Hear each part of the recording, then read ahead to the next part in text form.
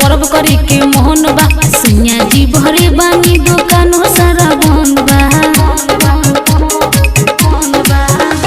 नयन बना धन बा छठ पर्व करे के मोहन बा सैया जी भरे बानी दुकान सारा बंद बा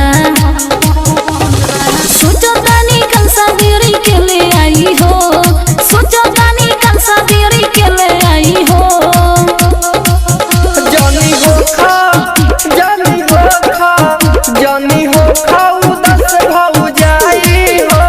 देवरे कहिया कब आई हो जानी हो खाऊ 10 भाऊ जाई हो देवरे कहिया कब आई हो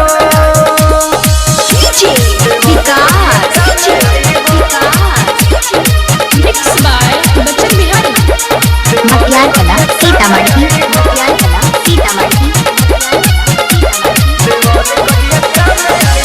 कैसे करो छठी माई के पूजनवा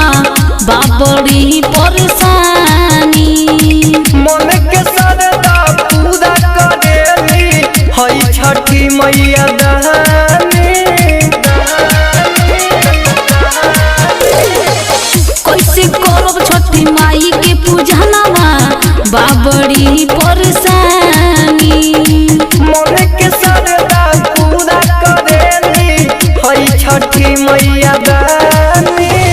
धीरे ढकना कोहर के घर से के ले आई हो धीरे ढकना कोहर के घर से के ले आई हो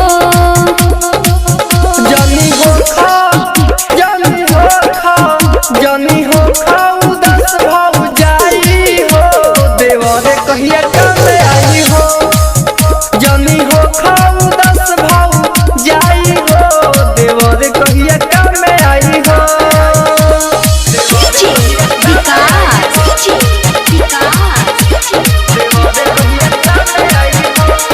मटियार कला सीतामढ़ी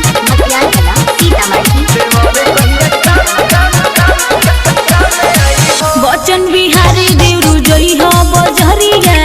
किनके ले आई हो नारियर हो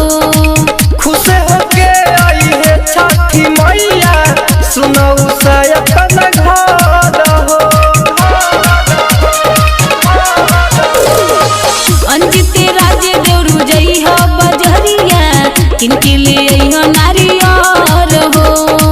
खुश होके आई है छठी मैया सुनऊ सयपन घर हो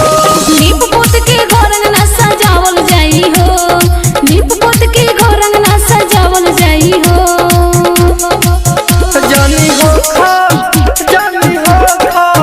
जानी हो खाऊ 10 भाऊ जाई हो